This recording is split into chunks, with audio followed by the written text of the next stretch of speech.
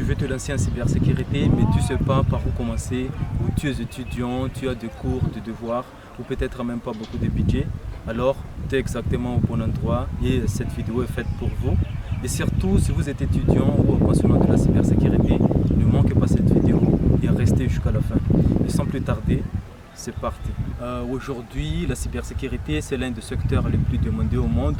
Des entreprises se font attaquer tous les jours, des gouvernements, des banques, des hôpitaux ou même les petites et moyennes entreprises. Et devine quoi? Elles manquent de personnes qualifiées.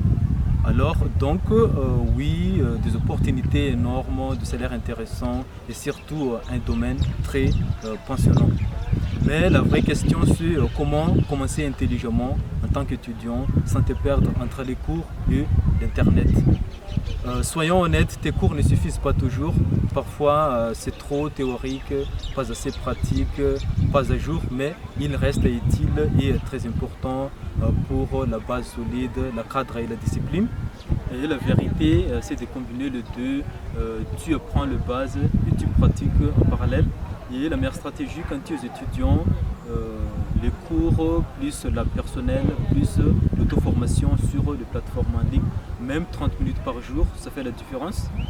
Mais avant de vouloir faire un truc très impressionnant, il faut commencer d'abord par construire tes bases.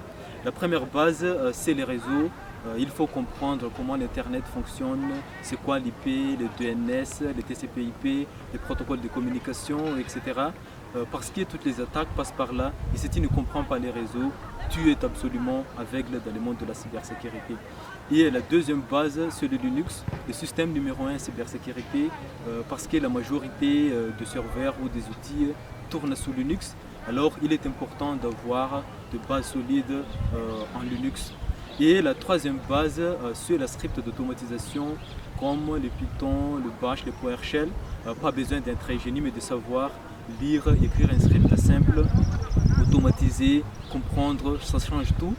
Et la quatrième base, ça c'est sous-estimer le log. Les personnes ne t'expliquent bien en cours, mais pourtant c'est le vrai travail en cybersécurité parce que toutes les attaques laissent des traces. Et savoir lire les logs, c'est de savoir expliquer ou raconter ce qui s'est passé et aussi de permettre de prendre les meilleures décisions pour la réponse aux incidents.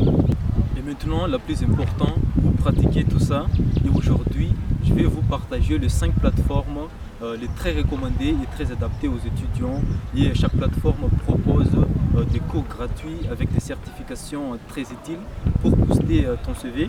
La première plateforme c'est le TryHackMe, commence ici sur Guidé, l'EDUC, accessible dès 0 et parfait pour les débutants, gratuit avec une version premium à peu près de $16 par mois. Et la deuxième plateforme c'est Let's Defend. Si tu veux faire la défense sur analyste, Let's Defend simule un vrai centre opération de sécurité. Tu analyses des alertes RAID, des alertes phishing, de malware, c'est du concret. Et la troisième plateforme, c'est le Hackfebox. Ici, on passe au niveau supérieur, moins guidé, plus de challengeant, mais ne va pas jour 1, mais quand tu es prêt, c'est le meilleur terrain d'entraînement. Et la quatrième plateforme, c'est le Cisco Networking Academy, c'est la meilleure plateforme pour apprendre la base solide en réseau et en sécurité et pour bien aussi pour structurer ton apprentissage parce que pour les réseaux c'est la référence mondiale. Et la cinquième plateforme c'est le Splunk, c'est ultra important. Tu apprends à analyser des logs comme un pro, c'est des compétences très demandées aussi à l'entreprise parce que Splunk c'est le CIEM numéro 1 en entreprise et il propose des cours gratuits sur les reportails et tu apprends à analyser des logs, créer des alertes et investiguer des incidents. Et si on va résumer tout ça, les roadmaps combinés, TryHackMe, Cisco, Splunk, Let's Defend et Hackfebox dans cet ordre sans sauter l'étape.